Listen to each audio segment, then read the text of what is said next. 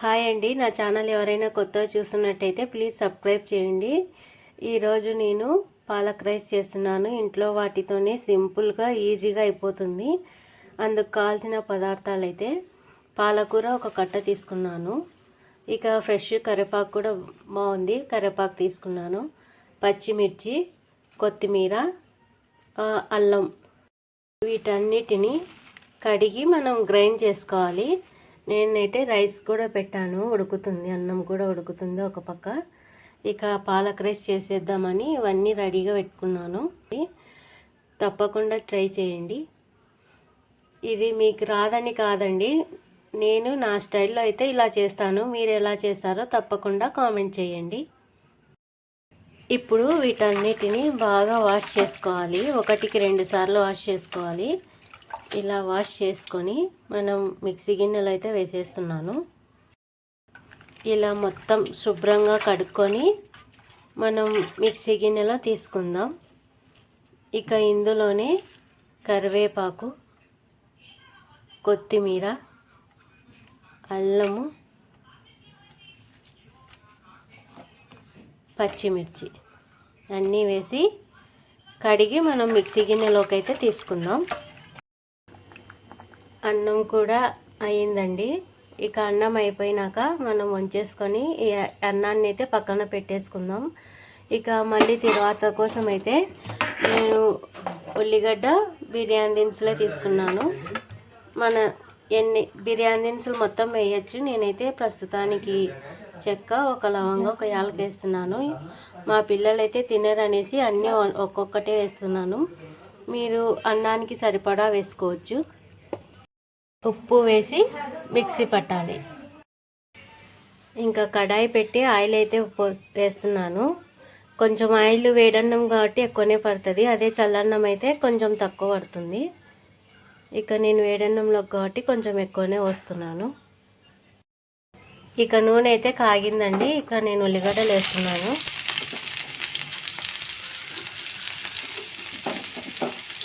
ఉల్లిగడ్డ ఒక medium size అయితే తీసుకున్నాను నేను.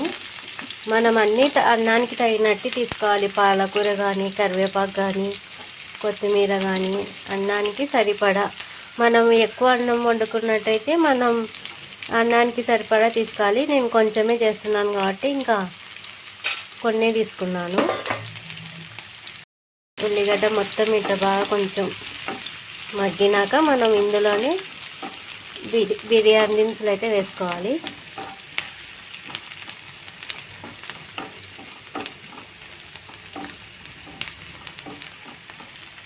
ఇప్పుడు మనం గ్రైండ్ చేసిన పేస్ట్ అయితే వేసుకోవాలి.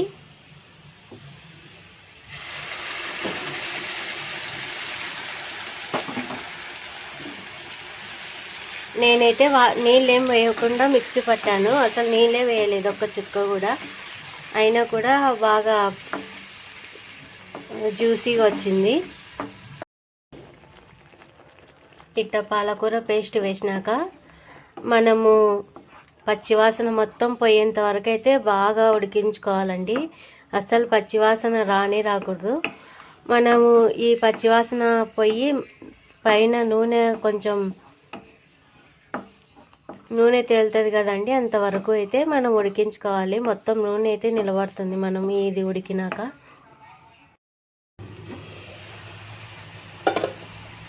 ఆకుకూరలు కదండి ఇవి, అందుకే మనము కొంచెం బాగానే ఉడకబెట్టుకోవాలి. మొత్తం పచ్చివాసన అయితే ఏం ఉండకూడదు.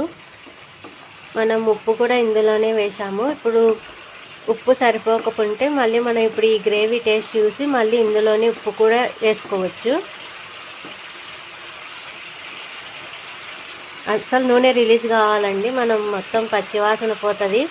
నేనైతే నీళ్ళైతే ఏం వేయలేదు. ఇక అదే గ్రేవీతోనే మొత్తం మిక్సీ మొత్తం క్లీన్ చేసి ఇటనే వేసాను ఉత్త పేస్ట్ కాడికి. ఇక నీళ్ళు వేస్తే మళ్ళీ అది కొంచెం టేస్ట్ మారినట్టు అనిపిస్తుంది.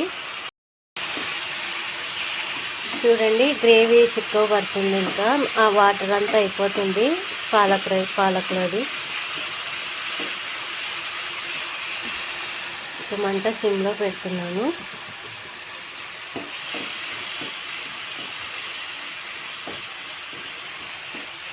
బాగా అయితే కలిపేసుకుందాం.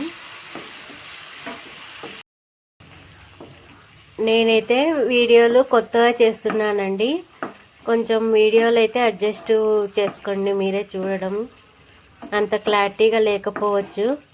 అదేంటంటే పల్లెటూరు వాళ్ళనే కాదండి, కొద్దిగా మా సిటీ వాళ్ళని కూడా మీరు ఎంకరేజ్ చేయాల్సిందిగా కోరుతున్నాను. చేయండి ప్లీజ్.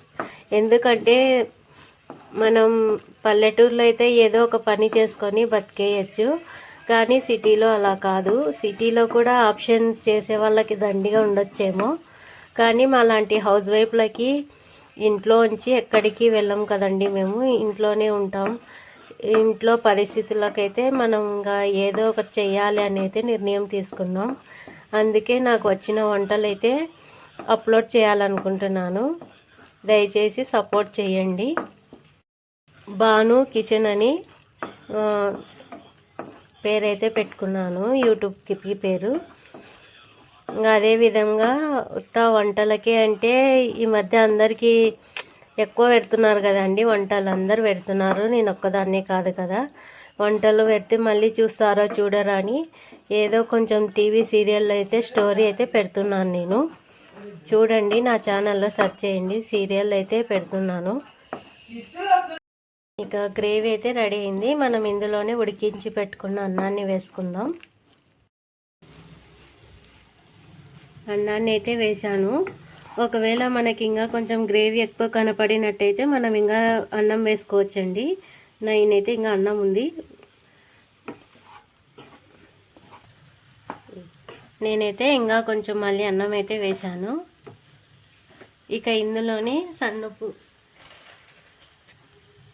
అప్పుడు లావు ఉప్పు వేసాను, ఇప్పుడైతే సన్నుప్పు వేస్తున్నాను. ఎందుకంటే అప్పుడు మిక్సీలో అయితే కరిగిపోతుంది లావు ఉప్పు వేస్తే, ఇప్పుడైతే కరగదు కాబట్టి నేను సన్నుప్పు అయితే వేశాను. నేను 2 ఉప్పులు వాడతానండి, ఒకటే కాదు. మిక్సీకి పట్టినప్పుడు అది పప్పులోకి అయితే లావు ఉప్పే వేస్తాను. ఇట్లా చిన్న చిన్న పైన ఉప్పు వేయాలనుకుంటే సన్నుప్పు వేస్తాను. ఇటైతే బాగా కలిపేసుకున్నాను.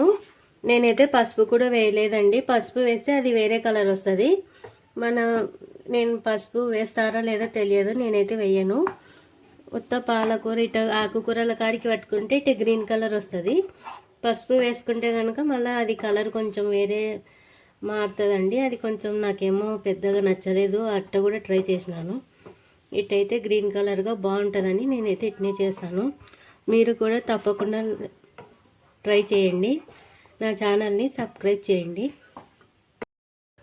ఉప్పు కూడా చూసి వేసుకోండి. నేను మిక్సీలో మిక్సీ వేసేటప్పుడు ఉప్పు వేసుకున్నాను.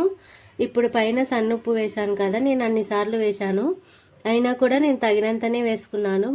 మీరు కూడా ఉప్పు మట్టుకు చూసి వేసుకోండి. ఎందుకంటే తక్కువైనా వేసుకోవచ్చు, కానీ ఎక్కువైతే మళ్ళీ తీసుకోలేము కదా, అందుకే ఉప్పు చూసి వేసుకోండి. ఇక తగినంత అన్నాన్ని కలుపుకున్నాక నేనైతే సిమ్లో మంటను పెట్టి కొద్దిగా 1 నిమిషం అట్లా వేడి చేసి దించేసాను.